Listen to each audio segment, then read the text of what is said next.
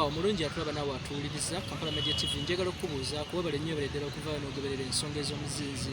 waawo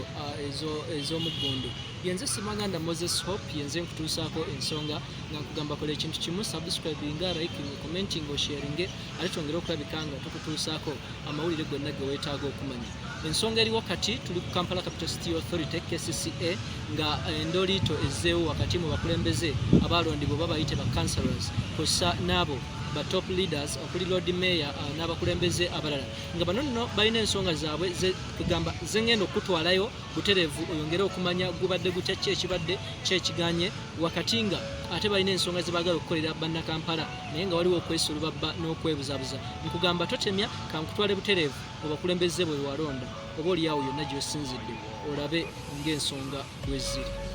ababodaboda babagoba ku nguudo ab'obutale ezo z'ensonga ezatuleesa kulwanira abantu baffe ba wansi nze nno mwenna gye muli nze bannayo I'm sorry to say nkunga bannakawempe bannakampala teri muntu akkirizibwa mulekerawo okusasula mu butale kubanga bano abantu batekinikozi tebali wiringi kubeerawo kulwa bannayuganda bo baagala byabwe abeera nga balina bye baagala okweyisizaawo ssente ezaabwe bajja baagala nnyo okutuyita batukozese bwe tutuuka okubagamba ku nsonga eziruma bannayuganda ku nsonga eziruma omuntu wa wansi nga beebuzaabuza leero mes terabiseewo entebe ya sipiika bagigaanidde omuggo ye mes omuggo kuganye ndowooza kanso mwena mugirabye bannamawulire badendero disorganize ffe bakansala zifa bategese obutemi tuzze ku nsonga eziruma abantu ba wansi mazima ddala abantu bano batubaze nti batwewo kati mwagala tukole tutya olwaleero twasinga tumawulira lekansi era nga oda pepa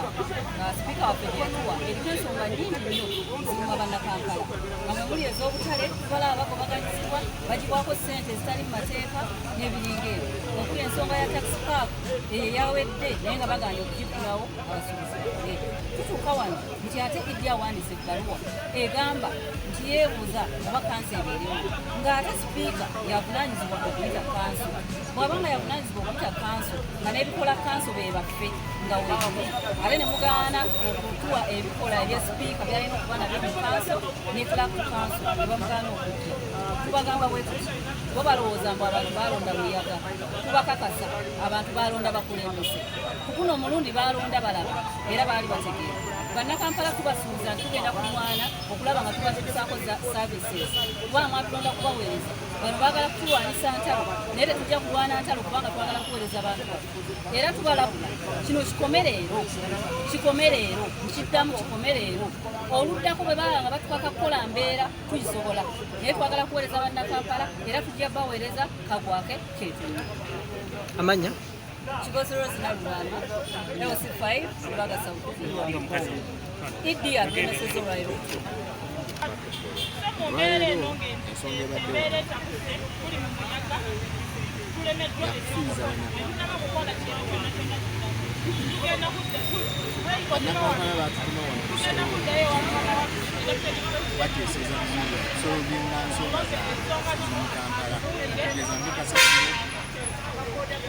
sawa zino tulina issue ya tax nti taxi zaagala kulibwa mu Kampala baagala kulibwa taxi mu Kampala olwa baasi ezijja ate ze tumanyi obulungi nti bannannyini baasi ezo oba badirekita mu kampani eyereeta baasi ezo be bamu ku basinze okubeera nga banyagulula eggwanga naye era si bateekaga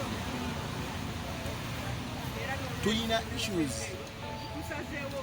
ez'obutale tulina ensonga eyaki tulina ensonga eya bodaboda tulina ensonga y'akasasiro naye olwaleero bwe tunaabeera nga enjovu ebbiri eya Lord Mayor n'eya sipiika nga zirwanagana kitegeeza essubi lye ligenda okubonaabwa essubi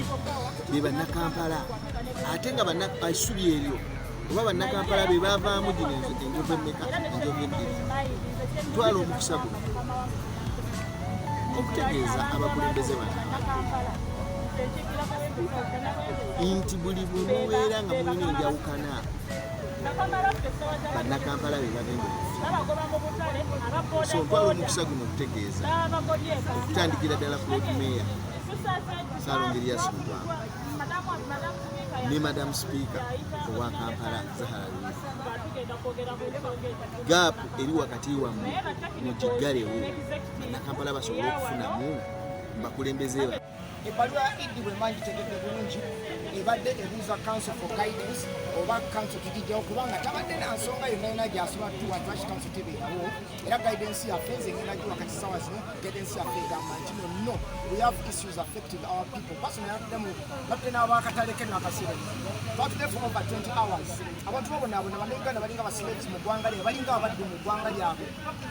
babateekako ekitiimutiimu ky'abantu ekitegereka sibe bakironda kibakuba emiggo kibaleetera bakanyama bwe babagambako bagaffe temujja tusobola tulina abanene abatukola ki abatubaakinga ensonga zonna ezo nze obutale bugwa mu toketi yange mu komiti gyenkola gyenkulira abantu abo emba sibayimiriddeewo mba nalondebwa ku bwendo manyi balina oluntu olunyooma nolwalowooza nti tuvaitikiza okuyisa bivulu. They're not here to serve, we are here to serve. The reason why some of us left our jobs, the reason why we are fed up of complaining, we want to work, we want to see a new Uganda, we want to see a functional Uganda.